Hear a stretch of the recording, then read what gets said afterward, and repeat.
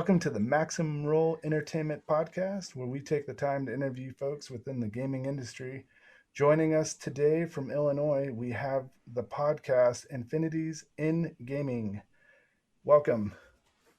Hey, thanks for having us. Yeah, thanks for having us. Right on. Eric. Steve. I'm Steve. I'm Tony. All right, cool. Welcome. Who's the DM? Well, so interestingly enough, our podcast is a little bit different. We actually have 5 DMs. Our entire basis and kind of what we think kind of sets us apart is we have 7 players, but of those 7 players, 5 of them are DMs, and we basically rotate every few episodes / sessions. Basically what we have going on is that each DM has their own piece of this greater story that we're trying to tell. Mostly through having our own BBEGs in the world that our party has to find and solve the issues with. And so every time one of our DMs finishes a part of their story, they swap in as a player and let one of the other DMs take over for a bit. So how do you guys determine? Is it like a spin of the bottle, flip of the coin? It's kind of whoever volunteers for the next part. It's kind of whoever's ready. We actually kind of did that because we're all, professionals outside of the gaming industry. Like, we all have separate jobs, and we've struggled as players to be able to get together and actually get sessions in. And if, we were one of those typical groups where if 1 or 2 people are out, you kind of didn't hold the game because you were at a crucial point in the story that you didn't want to leave somebody out of. Right. And so we wanted to design our group system to support, hey, if somebody needs to sit out this week, we can still run. We'll just run a different spot of a story and things like that. Okay, yeah. It also helps with DM fatigue because you could DM for 1 or 2, 3 sessions, and then you won't have to for another, 4 or 5 weeks. Well, that's good. I like that. It was something that we came up with. We actually went to a convention out in Indiana called Drolicon, and we met some other podcasters out there. And, they're all the very typical, hey, we have a DM, we have players, and that's how we do it. But we, as, busy working people, were like, hey, we can do this. Let's find some way to podcast this, but at the same time, make it so, we can play with whoever shows up and make it fun. So, we designed, we call our world Flux. Nice. Just for fun. And it's a ritual gone bad. There's 5 wizards that tried to save the planet, and when it went wrong, they saved what they could of it. It happens to be this tiny island now that just floats in the middle of space and time, and each DM gets a wizard that's a part of this ritual, and the players are trying to kind of put the pieces back together to kind of reverse the effects of what happened. That's kind of cool. I like that. Yeah, it's a lot of fun. It's really neat that we can collaborate to some degree of the bigger picture, but inherently we've said each DM is responsible for their wizard and their whole side of that equation. And so they have their own worlds, their own universes, whatever they need to be able to handle their side of what's going on. And then we're just kind of, as it is, kind of loosely tying a lot of that stuff together into like a bigger picture for the universe as a whole. So you guys use the same characters for each DM, or do you have different characters per DM? We use the same party members for each DM. So we're telling an overall arcing story that involves one party of sometimes reluctant adventurers who have been thrown into the situation against their will. And basically, to do the DM thing, we have our own character and rotate that character in and out for whatever reason as they go on their mission. So that way the DM doesn't have to keep track of their character, plus all the other characters, plus the NPCs and all that stuff. So how do magical items work? Do you guys, how does that work for different DMs? You guys have like a specific magic item limitation, or do you guys just trying to agree on what you can? Well, some of us, a lot of us are very experienced players, and we can kind of gauge the power levels of what's going on. And so we're reasonably cautious as to not give a item that will just be used ruthlessly to destroy another DM's story, or Eric, for instance, the bone handle for your wizard, like it only right. It was only primarily an item for my world. But then once my section of the story was kind of finished, I turned it into a magical item that has it's kind of a time turning effect. It basically allows the player, actually it's Steve's character Theus, that has it, but it's basically a dagger that allows him now, because my whole part of the story had to do with time travel, and it was basically going back and fixing a moment in the past that was bad. And so like now he's got this dagger that basically he can like re-roll once a day any result he wants. It's a very minor fix, but it's kind of a cool magic power to have that ties back to my story. So it doesn't break anybody else's stories. Yes, the magical time warping bone handle that the rogue keeps in his pants. Yep. Many jokes have been made about the bone handle. I was going to ask about that because I heard that in the episode I was listening to. I'm like, what is he talking about? And they're laughing about it, and I'm like, oh, obviously I have to go back to. Yeah. I mean, we definitely make a lot of references and callbacks, but yeah, because as a part of mine, it's my wizard was basically conned by an evil prophet to become like a necromancer, and she basically had to kill her own best friend, kind of as a part of everything. And so the players are going back to not only kill this guy but also save her best friend. And as a part of that, in my head, this dagger she had that was part of the ritual was a bone made from her best friend as a reminder of the evil deed she kind of committed. So it was a bit dark, but yeah, so he was basically holding around a little girl's femur bone that was used as a in his pants. Oh my god, I forgot about that part. Oh no, that sounds entirely worse. A minor detail in there. So oh no, yeah, and like magic items, at how we've handled it in the game is that if we reach into a point in the game and we feel that we are entirely underpowered, we'll be like, it's time to go shop into the enchanter shop. Let's go. And we just hand out the appropriately leveled magic items like candy. Yeah, we've definitely done that where it's like, oh, hey, nobody has like even a +1 magic weapon. So everybody pick one. And by that point, I think we're already like level 7 or 8. Yeah. Yeah, we've definitely been less focused on the gear. And even when we do throw out items, it's usually more fun roleplay stuff than it ever has really been like, oh yeah, here's something that'll actually help you in combat. Yeah, no, luckily we don't have anyone who like really wants to min-max in our games. Everyone's more focused on creating interesting characters with interesting aspects for role-playing and making their character feel very fleshed out rather than being, well, I am the ultimate fighter and I will kill everything. Well, to be fair, we do have Bardus, the Goliath Cuddle Master. He's pretty much min-maxed his character to be able to pick up, 2 tons of weight. And yeah, but all he does is grapple. Yeah, but he did drag one of Dom's creatures, over to a bridge and throw it overboard one time? Yes, and that is amazingly more creative than just going, I smack it, it dies. No, and it's wonderful the way he does it. But yeah, he totally designed an entire barbarian around the ability to grapple and bring somebody to the ground prone. So basically everybody can just run over and stab it. And that's all he does. He just holds it down so we all get advantage on it. Nice. Yeah.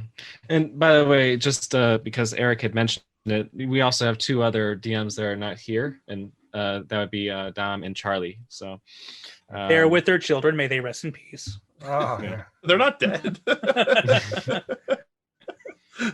And then, we also have, so my wife plays, and then my sister and Charlie's wife also play. So, my wife plays a ranger with Snowflake, her white tiger companion. And then my sister plays, actually, it's one character, but it's 5 different personalities. And she rolls basically every time they go through a portal to figure out what her eye color is and what her personality is. So she could be the rogue that always runs away, or she could be the fighter that basically just wants blood. So there's a huge range of emotions that can come out of her. Wants pug's blood. That's what I liked about the intro for her, because she didn't tell you guys that until she introduced her character, and so it caught everybody off surprise. So I did listen to that. Her intro, so I was like, oh, that's awesome. I like that. That's unusual for a player to be like, oh, I'm going to play 5 different voices, and I'm not going to tell anybody yet. And to take that on, we'll see how far that that goes. But well, and she started with 4. I mean, she told us before the podcast she was doing 4, and then somewhere halfway in, we found the 5th personality when we kind of really stressed her out. And then so that's been fun. But and she has names for each of them individually. And then at some point, I think it was actually Tony that was like, we need some way to shorten it down because calling you Kyle, Axel, Isabel, and Flick gets to be long. And so they shortened it to Kizaflixel. So that's like how she introduces herself now. And then it's usually once we get into somewhere, it's like, what color are your eyes? Oh, they're red. Yeah, let's everybody stay away from this one. Perfect. Yeah, more so my guy avoids. Only for some reason, my guy door battering ram for some reason. I don't know why. Yeah, because our warlock, I don't get our worlds have portals that we kind of use as a gateway to get from Flux to wherever the DMs need us to be. And sometimes they appear and people walk through them, and sometimes they appear underneath you and suck you in. It just depends on how reluctant people are. But yeah, usually it involves Kizaflixel picking up Puck and then battering ramming him through the portal just for fun, and it's become kind of an event, I guess, for every episode. I like that. Yeah, I love homebrew games. My game is completely homebrew. We have zones that they got. Season 2 is Zone 2, so they're about to go into like a D&D style. Zone 1 was more Borderlands, desert, starting level area, and so our characters are pretty wild as well. No, it's fun. It's fun to play around with that stuff, and we decided to do that because it just makes it so much easier to have one home base. And we do several episodes, or we've done a few episodes just around the town, and we can use that as a jumping point, which is fun. Yeah, my original plan was like 1 or 2 episodes they go into this town that they've hung out in, and about 7 episodes later they finally leave the town to make their way to like this next area. They're still trapped in the starting town, just messing with people and doing little side jobs and stuff. And it's you never know. Like as a DM, you never know where your characters are going to walk 5 feet that episode or that game session, or are they going to go out and do a long adventure? So it's always interesting to see how they interact with whatever you throw at them. Oh yeah, and you can never predict it. Yeah, our group is typical of, you throw a big bat at them, they won't let a monologue. But you throw a little person running around town, like a little kid in town, and they want to know the entire backstory of where he was born, who his parents are, what his quest is, what his motivation is. Yeah. Well, once I told my players, I'm like, oh, I'm putting all these sound effects in. So every time you say you want a doorbell or something goofy, now everybody's like being very specific. I draw my blade, drag it on a rock, dude. I'm like, oh, you bastards. And this is why you don't offer sound effects. Yeah, that's why we just make our own sound effects. All right, and you hit the rock, bing. Normally I just pass it up, but I have a lot of OCD, so I'm like sitting there. I'll sit there and find it, and then I'm like, I'll show you. And they're like, yeah, you're showing us, all right, And I cut a single blade of grass, and then you need to find that way. Yeah. Well, so with my players, I do it differently. Like my barbarian to rage. Again, all my players are from like the real world, and then they get sucked into my world. So they're all like humans. And the barbarian, he has to read a rejection letter from a college because he was an ex-football player from high school that never got accepted. So anytime he wants to go into rage, he has to read a rejection letter from some university or college, and then he goes into rage. And that's pretty funny. Yeah, so he's always getting funny stuff. Or he just won a trophy. His first win, he did a go kart race in the game, and he won. He killed all the other drivers, but he won, so he got this trophy. So he's always walking around with like this giant totem because he's a barbarian. That's his totem, is a first place trophy, and he uses as his totem in the game. Is that a totem of the bear? A totem of the... I can't remember what he did. I'm about to say, because usually, that's tied to like the aspect of what you're barbarian. It's the totem of a winner. I was about to say, Tony. Yeah, totem of winning. The totem of pizza and ice cream. Yeah, anytime he wants to get some extra buffs, he has to set it out. It has to be exposed and people have to see it and he has to show it off. Look at my trophy. Look at it. Yeah.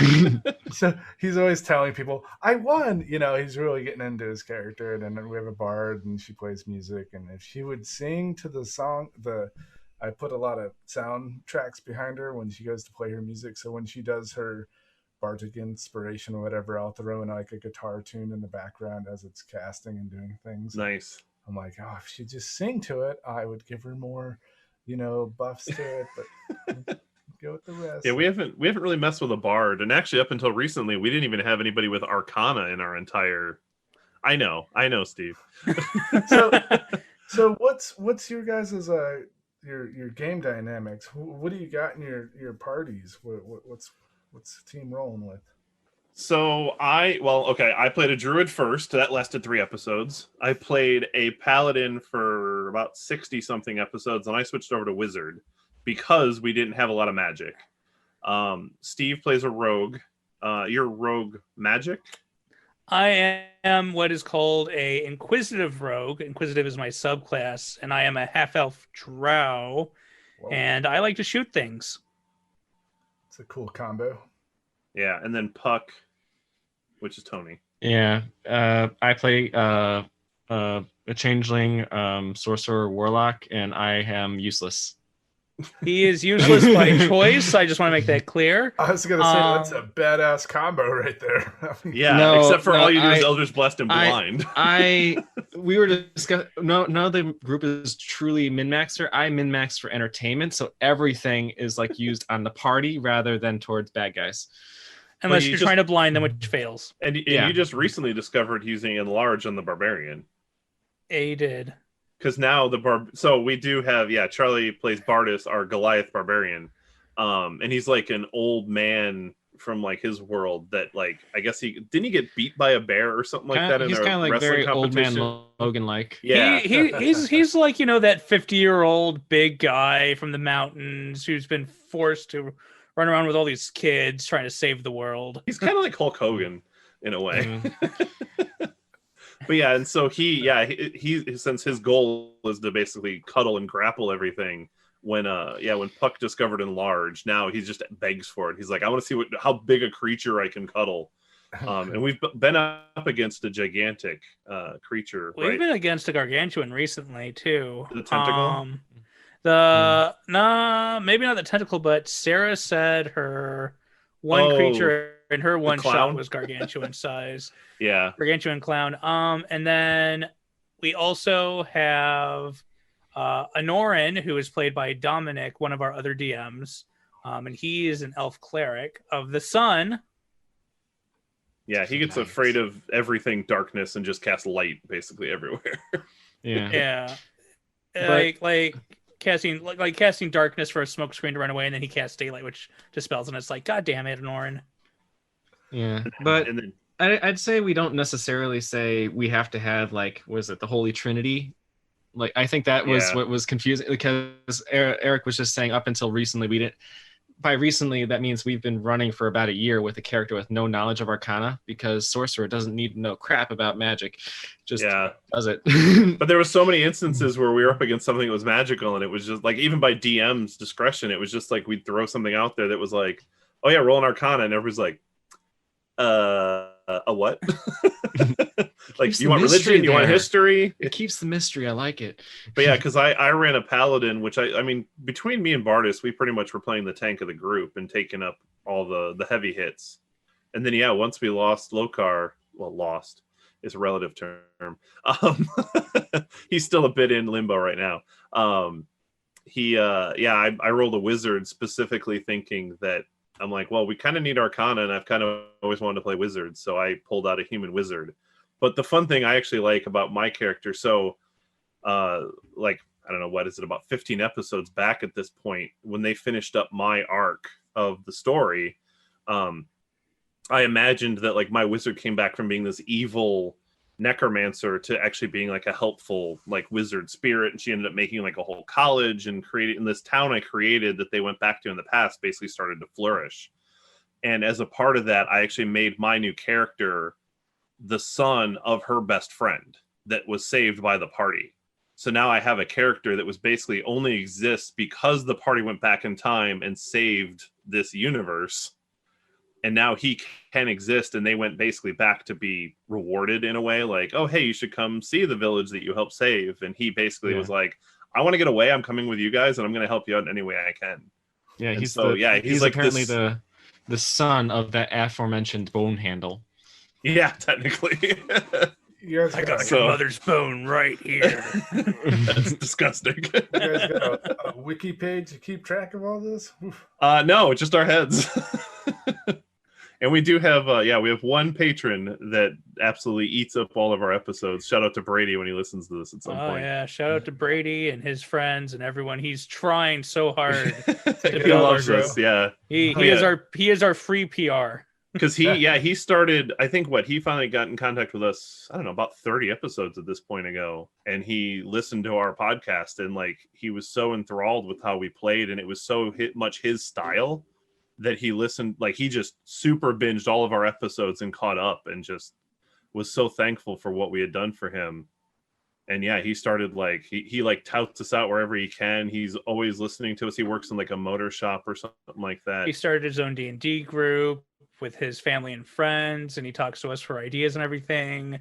And then his family and friends curses our names because we give them really good ideas. They're really bad for them.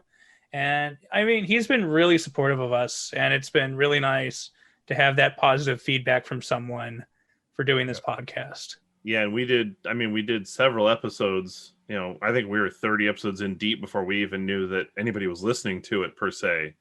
And I think all of us were almost disheartened to want to kind of take a break from it or step back. And, you know, when he started listening to us and he's like, no, you guys are great. You know, I love all this. Well, it like gave us a boost and let us know that, hey, you know, what we're doing is actually, somebody's actually interested in it. And then having that discussion and seeing all that kind of shape out was a lot of fun for us. And, you know, we're all really friendly. So, you know, for our followers and everything, we have an open Discord where we chat with everyone, and we're always actively talking.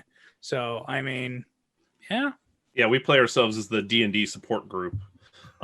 He's notorious for coming into our Discord and being like, hey, I'm trying to do this for a campaign. Anybody have any ideas on how to do something like this? And like, he's looking for monsters or ideas or things like that he can use, you know, for his own. Yeah. And, you know, and we're totally willing to do that. Like, that's something even us as a friend group have kind of always done. It's just like hey, you know, we'd like to do something in this realm. What could we do? And, you know, we throw ideas off each other, and it's just a lot of fun to kind of theorize all that out.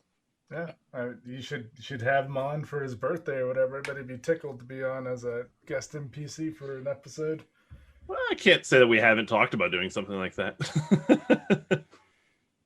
I made the mistake of saying, hey, anybody wants to be a NPC, and I'm still getting like 100 messages on Facebook of like, hey, you still looking for someone? I'm like, damn.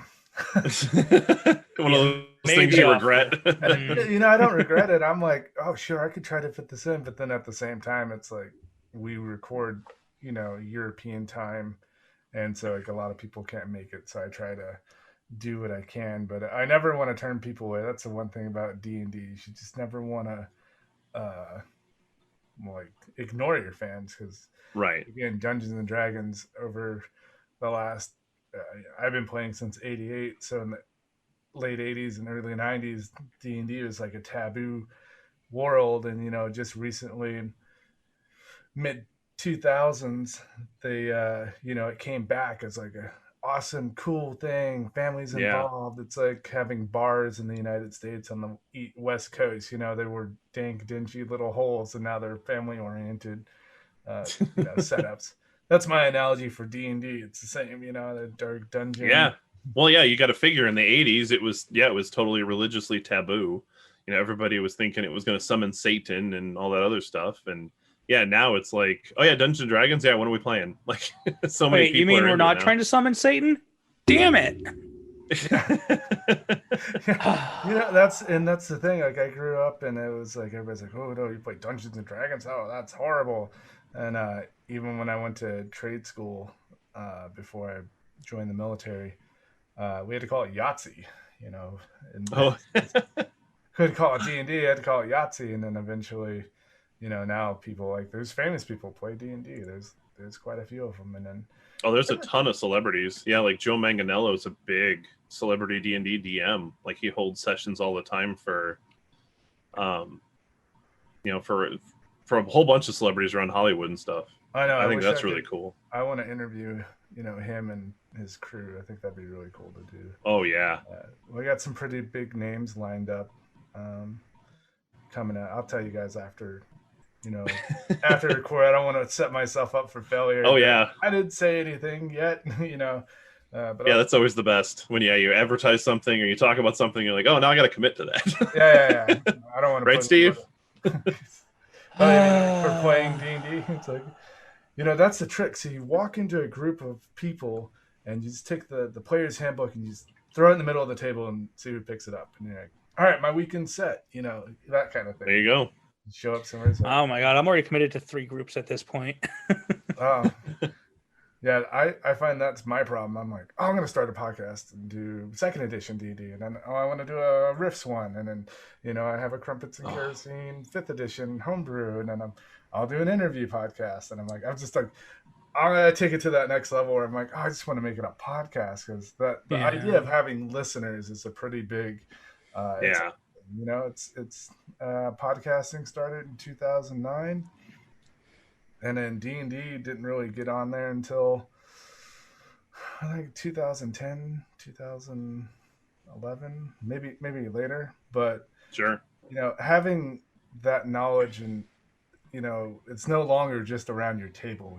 Now you have that exterior level of folks that come in and they're viewing you and your world, and that's when you get the positive or negative feedback. It just it depends. I haven't had. Well, I think it's really nice. I mean, you got to figure with D&D, it's so much fun. Yeah, I mean, the idea was that it's a communal story, and it's nice to be able to share that communal story with other people. Like, yeah, we have a blast playing our games. We laugh a lot. We tell a bunch of jokes, and but it's fun not only to have a recorded history of what we do.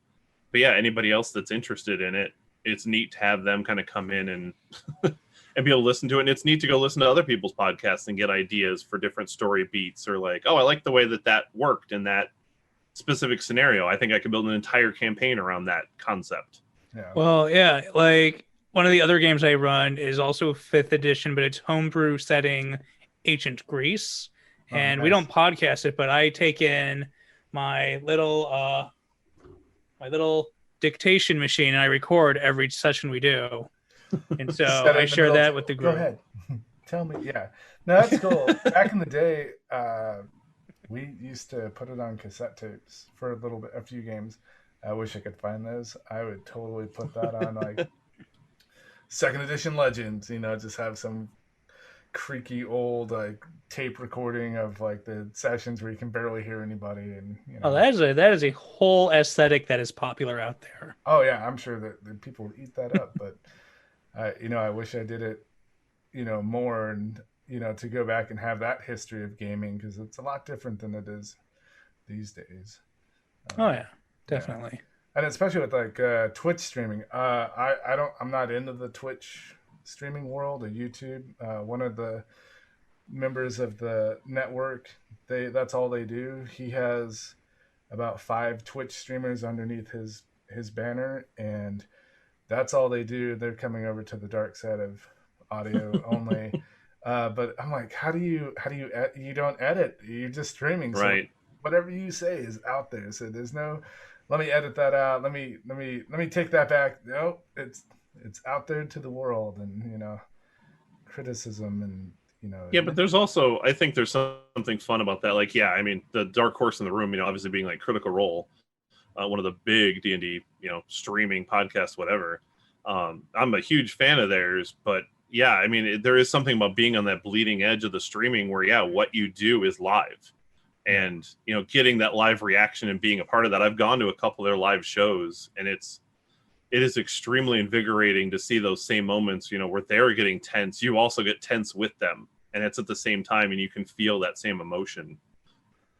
That's my goal, is to have a con for my company and just have hundreds of gamers surrounding me. We'll be in individual cubicles, table setup, and you can't really see each other because of the whole social distancing now.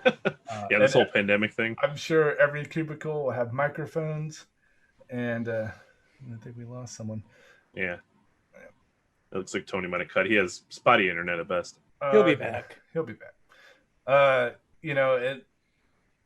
my goal. My goal is to have a con one day and walk around and see the microphones up and people recording and just be like, yeah, awesome. Yeah, we did.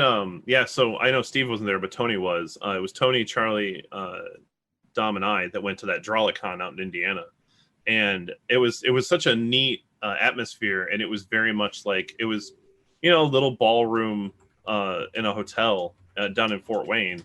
But it was, they basically had a stage set up, and they had, the podcast to go up and do like a little live stream episode every so often. And it was really neat to see that kind of like live, action. That was the first time I had ever actually seen like a podcast live, and we saw one of the groups there. But I mean, otherwise, that con had, people that were selling like handmade D&D stuff. Like a girl was selling little beholders with magnets you could pin on your shoulder. People had board games, and so it was a little bit of obviously because it was a podcast group, they did have some like board gaming stuff, and there was like a little VR arcade that was set up. But it was really neat to see all these people that were showing up to go watch, these live podcasts. And I think that's such a cool idea to be able to do that and have so many different podcasts set up with that. I think that'd be a neat idea. Yeah, that'd be cool. I'm sure it'd be expensive, and that's just one of those cool things that you take D&D to that extra level, and that's one thing I love about 5th edition compared to the rest of the D&D modules and editions, is that 5th allows you to have that digital world and have that digital presence over, right. It's no longer your table or your basement or your attic or your bedroom. You're now, the world is your table, and you can get players from everywhere. It's not just your neighborhood friends. Yeah, and that's the one thing I like, that we use Discord. It's a great audio platform to be able to just jump in, and we can even chat and stuff like that in the middle of things and sort things out. And I think definitely with 5th edition and just D&D Beyond, I mean, it's just so accessible now that anybody can roll up a character and start playing. And I remember it used to take like 8 hours to make a character, just just in trying to go through the books, and like there was never like a cheat sheet that said like, oh yeah, first pick this and then this and then this, and then once 5th edition rolled around, they actually were like, oh yeah, here's a basic character, and here's what we picked, but go change any of these things you want, or you can just roll into D&D Beyond and be like, make me something. Yeah, that was the thing about 2nd edition. You spent so much time building the character. And then if you played a wizard that had 1d4 hit points and you didn't have any constitution, you could have 1 hit point and spend 3-4 hours putting that guy together, and then you step out on the field and that's it. Here's a blank sheet, start over. I think I had like one of the board games they had back in the day, but never even really got to play it. Like I think I just stared at the material because I didn't really have anybody that was interested in playing it. But that was such a great thing. What edition do you guys like? What's the edition you first started with? I started actually in high school with Riffs. Right. I had my chess club when I was a freshman in high school. I used to play Riffs kind of in the off time. I actually have kind of a love-hate relationship with Riffs because I love the idea of Riffs, but the group I played with were bullies. Like they made me roll up a character and killed me in the first 5 minutes of the game, so that they could basically desecrate my body. And then my second character, they sold into slavery. It left a pretty bad taste in my mouth for role-playing games up until I was basically in college. But were you playing Atlantis at that point? That area for your second character? No, it was I was playing. I had actually a Rifter, one of the summoners of the game. But okay. I think my first action was to try to, because you could open a rift at any level. And I opened a rift, and when they rolled for it, I summoned like one of the biggest monsters out of the world and almost devastated things. And they're like, yeah, we can't have that. We're going to sell you into slavery. And I'm like, and then they made me go to the other so I couldn't even hear what they were doing anymore. So, I mean, that makes perfect sense now. Before I felt bad for you. Now I'm just like, well, oh, I see how it is. kind of. You summon the devil, you get sent to the corner of the room. Hey, it's like everything else in D&D. It's you get a power, you want to play with it. Rift just let that power be astronomically huge at level 1. Well, yeah, I mean, Rifters are pretty powerful individuals, so very cool to play. But if you're not, keen with them, you can really mess up someone's game. I love Rifts. I hope to start a Rift game very soon. Yeah. Right. I saw the source material for it at Gen Con this year, and I almost bought a bunch of it just to get reintroduced to it again. It's all new. So I started with 3.0 in middle school, about 2000, 2001. 3.0 started middle school, but I didn't really take off with it until my freshman year of high school, when I made friends with a guy in my art class who was already running some games in the neighborhood a few towns over. And so every weekend I would take the train down to his neighborhood and we would play in the basement of a mother's friend. Yes. And then eventually he brought me into the group that some of the players in our group now that I've been playing with for about almost 16 years. Played with these guys all through my adolescence up until now in my early 30s. So yeah, and 3.0 to 3.5 Pathfinder, played tons of stuff. Yep. Bit of everything. What about you, Tony? What's your favorite D&D edition, or what's the first edition you started with? The first edition I started with was 3.5. Okay. And I would say back then I was a min-maxer, and there was a lot to min-max. It was almost like there was no true optimal, and so I loved the building aspect of it. But the thing is, there's just so much variety back in it. After I got past the min-max phase, there was just so much you could do and so much materials available for you to work with that I just absolutely loved it. It was more complicated and slow though when it came to like the rolling parts. So I would say like I was also a fan of Pathfinder and World of Darkness. Not D&D, but I really liked the simplicity of World of Darkness. So, right on. I like that. Yeah, World of Darkness is good. Yeah, we've talked about throwing together a group for World of Darkness, but we've talked about throwing groups together for World of Darkness, Starfinder. I know some people have been like, "Oh, why don't we do Slayer's D20 again?" I've got all the Besom books. I mean, honestly, at this point, it's the amount of free time we have that limits us on what we're able to do. Nice. Yeah, I'm thinking of taking from the Vampire series, not the D&D, but Vampire and Werewolf, taking some of the classes out of there and implementing into season 2. So like when they go to like a castle to fight a vampire, it's completely from another system, but like formatted to do. Yeah, I think. Yeah, that'd be cool. So I love their powers. Bruja, Venture. I think Malkavian. I was gonna go for a Malkavian. I'm like, perfect. I'll do crazy in D&D. Excellent. Yeah. It's gonna. I played a Nosferatu one time in one game that I played at a hobby shop. They had like 30 players all playing a vampire game. That was a lot of fun. Oh, yeah. You were ugly then. Yeah, but I got to sneak around and be invisible, so I was okay with that. Yeah. I have to say one thing that it's kind of making me think of that because of the Nosferatu. Every once in a while, it is kind of nice to flush out your min-max. Pretty much like like I remember once it's like, all right, we're doing an epic level one shot. Build to your heart's content, any source books, go. And it just lets everyone flush it out of their system. Was that the evil campaign? Yeah, that was one. Well, I'm not sure if it was an evil campaign. Was that the one where you were the ghost? Yeah. Okay, that's the one I ran, yeah. Yeah, I was a fiend of possession. and you possessed a house. with people inside it. Yeah. And you poltergeisted them. But yeah, getting to flush out your system is quite nice. Can't be the hero all the time. I did D&D in a castle a couple years ago, and we went from level 1. It was a 4-day game event. Went from 1 to I think 16. And that was just brutal, just trying to keep up like every little session. All right, you gain 3 levels, and it's like, how do I play this character? I'm like, I've never played this character, and you're power leveling every day, and it's interesting. I think that's the most I've ever just power leveled a character. Usually, I do the milestone. I've done the milestone from the beginning. I don't like experience points because everybody will gain it at different points, and I want to try to keep everybody, flowing on the same level.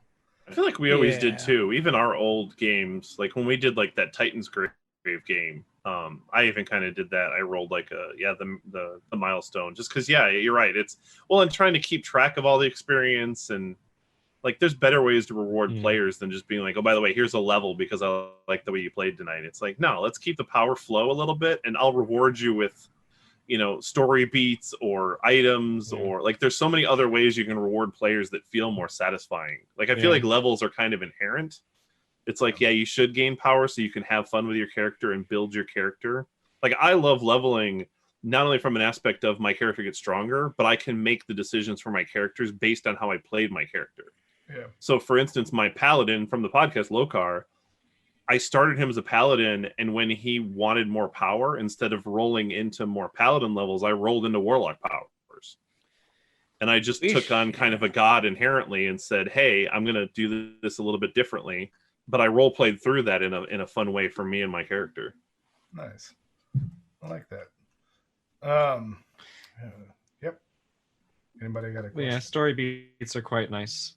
Mostly because it helps like all of a sudden you kill some rats and all of a sudden now you're like level 2 and like I can cast spells now. Like why did killing a bunch of rats make it so you can just do like a massive color spray or something like that now? Like it makes more sense like because you could actually tie it to story or like there's bigger events happening, and so it can slow down and it helps give a finer tuned control, I'd say, to the story and the flow of what the DM wants.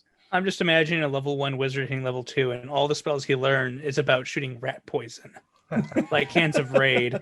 It's like I leveled off rats. All right, all the spells you shoot rat poison out of your fingertips. Yeah, but it also makes even less sense. Like you have a wizard, and it's underground. Like where the hell is he gonna learn the spells? Like all of a sudden, ding! Like okay. There you go. This one was scribed, like this rat was writing something in the mud. I learned it from there. Well, sometimes you can be a wizard or sorcerer who is a devotee of a god of magic, and maybe it just whispers sweet magical nothings into your ears. Yeah, but it's also like the equivalent of like you kill a rat and it drops a greatsword. That's MMO logic. We don't accept that here. We already killed 4th edition. Let it lie dead. I used to have my players, they'd have to search the bodies. Like if they killed an animal or a monster, they had to get inside of the creature to get the loot that they had inside of it, just to spice it up a little bit.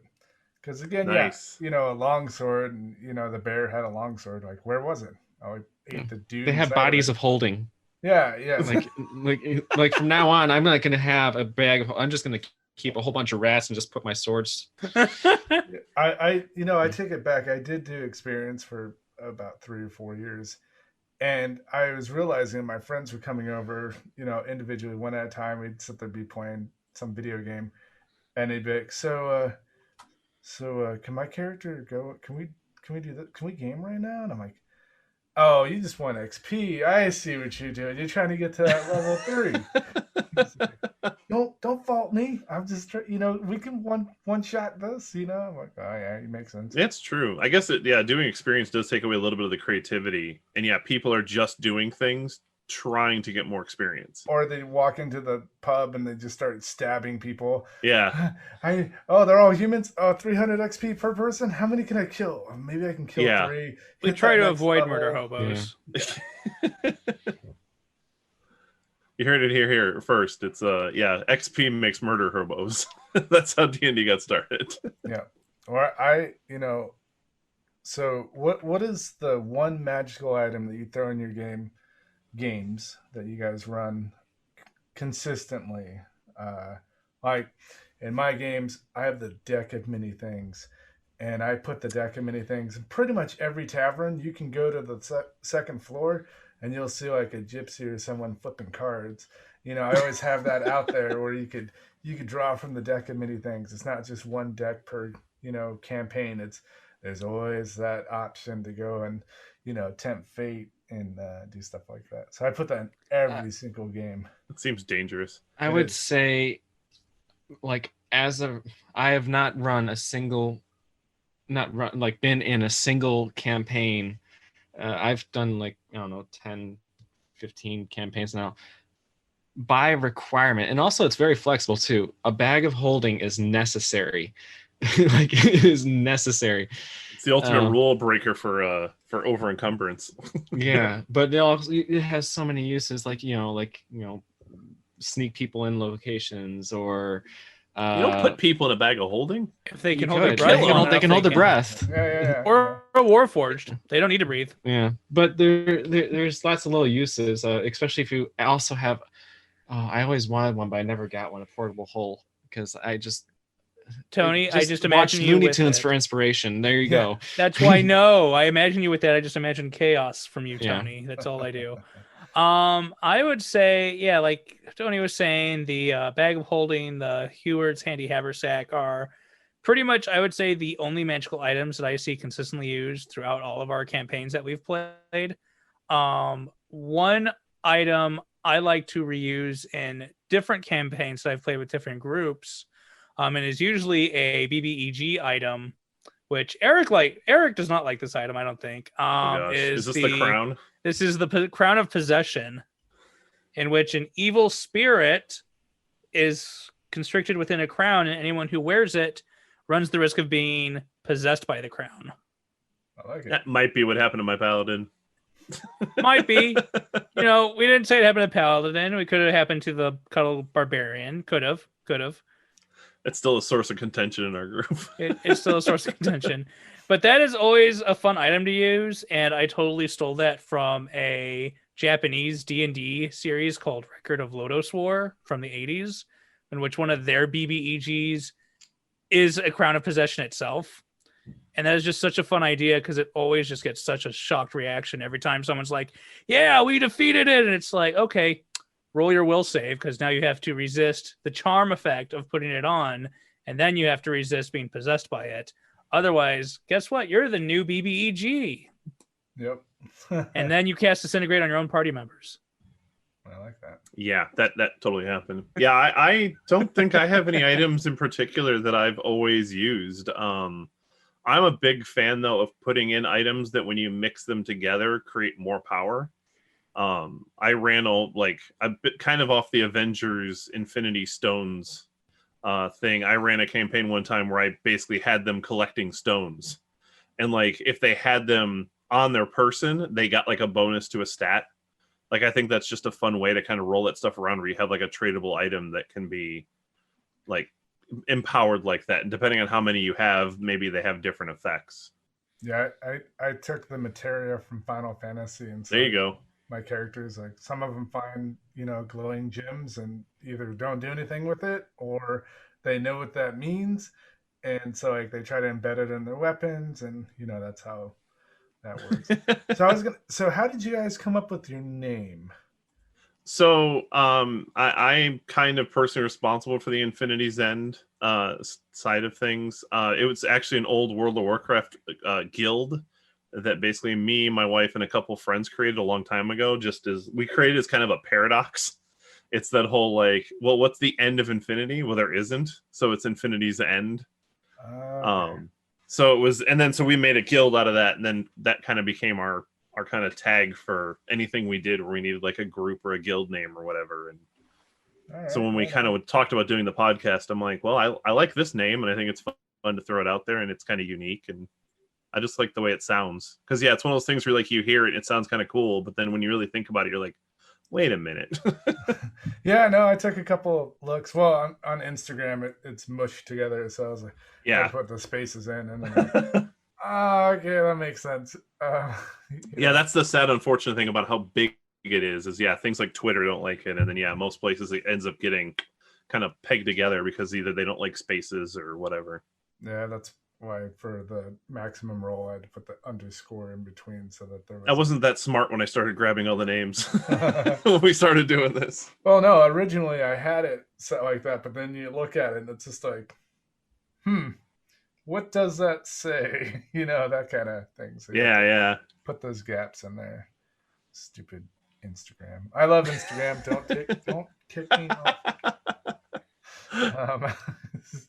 So let's see here. What else? I have a laundry list of just random stuff. So, I mean, we kind of went over the characters, the classes, styles. Here's one that I kind of mix up, I ask every show so far. So, if each one of you were trapped in a room with no door, with one person of your choosing, one set of dice, one other book besides the PHP, who would that be? What book? And how long would you stay in there with them? I guess I'd probably, mine's pretty obvious. I'd go with my wife. Oh, come on now. Me and my wife. No, I know. No, but honestly, like me and my wife, we love kind of theory crafting through all sorts of different things. Like we both play WoW. And like we love just discussing like what we're gonna do with characters and things like that. Like we just love doing that. I'd probably end up picking the book, and I feel like it's cliche at this point. Not really, I guess, but I'm loving the Tasha's Cauldron of Everything, just because of all the subclasses. Like I love the idea of taking these base classes and then kind of manipulating and morphing them into almost what feel like different entire styles of a class. I mean, like, when you have like the rogue that can get magical powers, when you have, fighters now can get like magical powers, like it's just kind of a neat way that you can kind of mix these things up and make them into almost entirely new things. Like huge fan of the Final Fantasy Tactics style game where you had like the job classes. Yeah. And like you could just mix and match and do all the different things. Like I love that idea, and I'd almost love to incorporate something like that into D&D even. Turn everybody into frogs and let them circle and hit each other slowly. There you go. But and I would love to be able to kind of do somewhat of a character swap mechanic like that, where you could kind of like empower yourself in different styles. But I think Tasha's Cauldron really brought a whole lot of customization to the game, and I still need to finish that book. And what I meant to say is any book of any edition. It doesn't have to be 5th, but I'm primarily in 5th, but so then on that note, I will take over. I would choose. God, it's a hard one. Yeah. It would have to be Tony as my choice of person. Aww. And if you say you, that's so sweet. It's like high school over again when your mother thought we were a certain way and we weren't. I had one guy. He's like, "Oh, I picked my sister-in-law." I'm like, "Really?" He's like, "Yeah, I'll take my sister-in-law," and I'm like, oh, "All right." And it could be anybody. If Tony wasn't available, I would choose Charlie. But Tony would be my first choice, and I would choose the Red Dragon Inn book. Because that is everything you need for any sort of adventure involving a tavern. And most of my memories of having fun with Tony in game is him causing trouble in taverns, whether he is a halfling warlock or a orc character that's ripping doors off hinges. Or, for our friend Charlie's campaign a while back, our characters met by him literally being the enemy, smashing his hand through the floorboards, grabbing my dwarf cleric and pulling him into the floor like a horror movie. Yeah, that was fun. Like Charlie's like, all right, so how do you want to be introduced? And I'm like, I don't know. I wrote down like on a little piece of paper 1 through 6 and put left wall, right wall, backside, front, roof, floor, and I just got the floor. So I'm like, I'm coming in through the floor. Boom!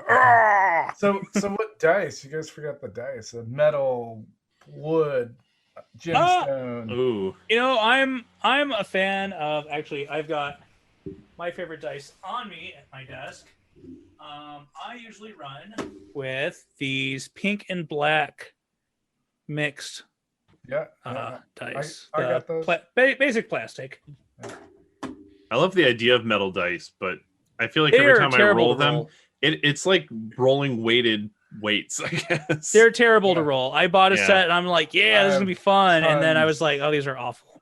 I have tons of Norse Foundry dice that I use, metal and aluminum, and nice. I have hundreds of dice.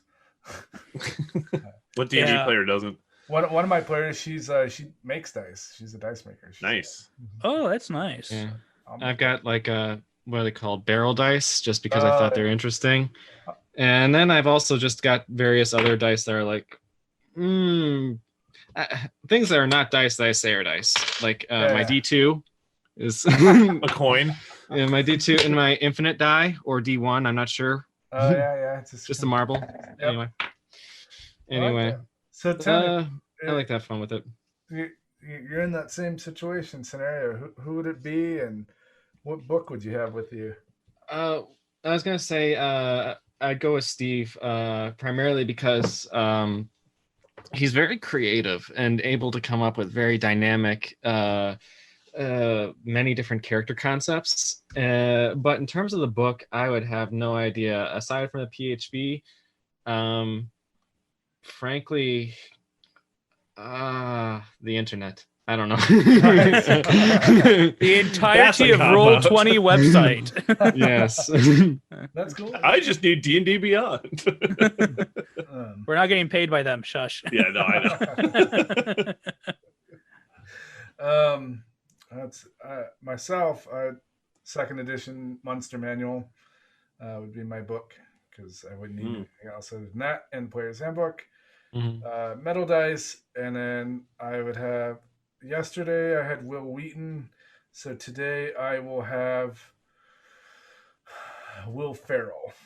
Yeah, the problem is if you take Will Wheaton, you can't let him touch your dice. I hear that a lot. I have to talk to him and find out. I've seen the videos of him rolling dice, and I used to watch Tabletop where he would play like actual board games. I love that show. Anytime I need to learn how to play a game, I'm like, come on, Wheaton, tell me what to do. He literally had the worst dice, and like he I think somebody took the average of all his dice he's rolled on like different games. Yeah. He is well below the average of what you should be rolling on dice. Yeah. I'd love to have him on the show just so I could talk to him. But everybody seems to pick people within their group, and I'm like, it could be anybody. I mean, if you could play with like Sean Connery, and it doesn't have to be living, obviously. That's fair. Maybe Gary Gygax would be such a fun person to play with. Oh my god. Because when he designed first edition, it wasn't meant for people to survive. So if you've ever played first edition, and I say this in every episode, if you walk up to a door in one of his death dungeons and you go, okay, I open the door, and the DM's like looking at this sheet that's got like 6 different things. Oh, roll a d6. And you roll it, and it's like 3. Oh, you're dead. Well, what happened? It just says you're dead. It just says you're dead. Every room had to have an encounter. You had a chance of running into something in every single room. It could be a dragon. You just didn't know. So everything you went into. So playing with Gary Gygax is dangerous, because you might only survive the one room that you're in with, and that's if you like sneezed wrong, you could die. Yeah, but I would hope I guess if we're talking Gary Gygax, when he first made D&D, I'm hoping he evolved a little bit towards. I'm sure he did good in second edition, and I'm sure it was one of those things where, like, as a concept, that's what he did to get it out there, and then as his mind kind of wrapped around the rules, and that's what I hope for. I've heard his son's really cool, so yeah, that'd be cool. All right, guys. Well, do you have any questions for me? Anything you want to ask or anything like that?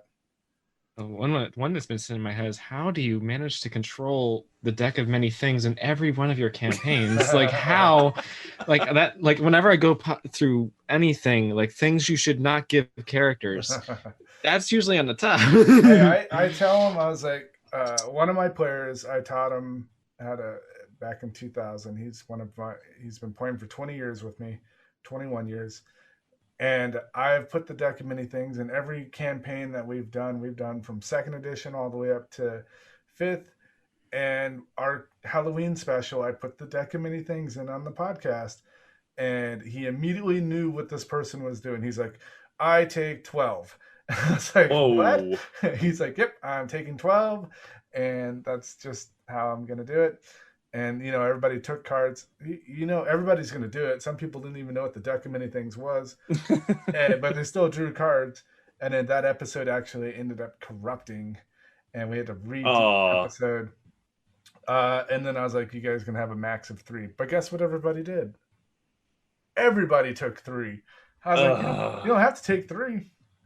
So I think people just like the randomness of it. Like they just like the idea that anything could happen. It's like gambling. It's like introducing wild magic for normal players. So my bard, her alignment changed. She got a keep and a wondrous item. So to her it was great. Yeah. So for the bard, the wondrous item was the guitar from Godsmack. She got Sully's guitar. But then she got that deed to his tower. And so then she drew the card where he's the mortal enemy of her. And so she has to go and kill him to take over the tower and to keep her weapon. And that's going to be their base of operations if they kill, Sully from Godsmack. Nice. Which I'm hoping we have a real band that does our intro and outro for Crumpets and Kerosene. They're from Chile. They're called Iron Heed. I'm going to try to get them to come on the show and play bards within the tower. And so however they're going to be trying to fight everybody off. That's cool. See if I can get some good riffs. There you go. Yeah. So yeah, the deck of many things, I put it in there, and I don't let them take it back. I'm like, one person's alignment completely changed. They're still coping with how to change that, work with it. Some people lost levels. Some people lost everything. One person lost his soul, and then they got him back though. But it's just one of those things where you have to adapt to it. If you're going to put something in your games as a DM, you have to be able to work with what's happening, especially if it's a podcast. Like, you can't just kill someone off. You have to there has to be a way to recover the person, because I don't want to just imprison someone in the void forever. So I just put I guess that's the one crutch about the deck of many, is so many of those things are at DM discretion. It's like, this person's soul is trapped somewhere by DM discretion. It's like, well, okay, that could be over there. I just put the soul and at the end of the dungeon, that the tower that they're going through, there's an eye of beholder roaming around that he could see. They was inside this tiny little jar, and he's like, I see the beholder and I see the general manager of the hotel. I'm at the end. I can't tell anybody anything. I am at the end. And they got him back and all that jazz, but they had to carry his body, and they just stuffed it in the bag of holding, of course, very useful. So what I did for bags of holding for Halloween, everybody got candy bags. The candy bags were bag of holding. But people didn't know that until they picked, like, one person has like the little pumpkin pail, another one has like a pillow sack, someone has a plastic bag, I think. And I'm like, okay, all right, nice. Those are your bag of holding, by the way. And everybody's like, oh fuck, Yeah, that little pumpkin pail doesn't work very well. It's got a kind of an open, exposed top that you can't really close. But anything could fall into it. She plays a really evil artificer, and she fought Teddy Ruxpich from the 80s. In my Halloween special, I had Buffalo Bill, I had the chick from Misery, I had all kinds of stuff in this massive hotel, and that's just, everybody got special little powers and armor and gear from there, and they got spit out, and they're on their way to Zone 2.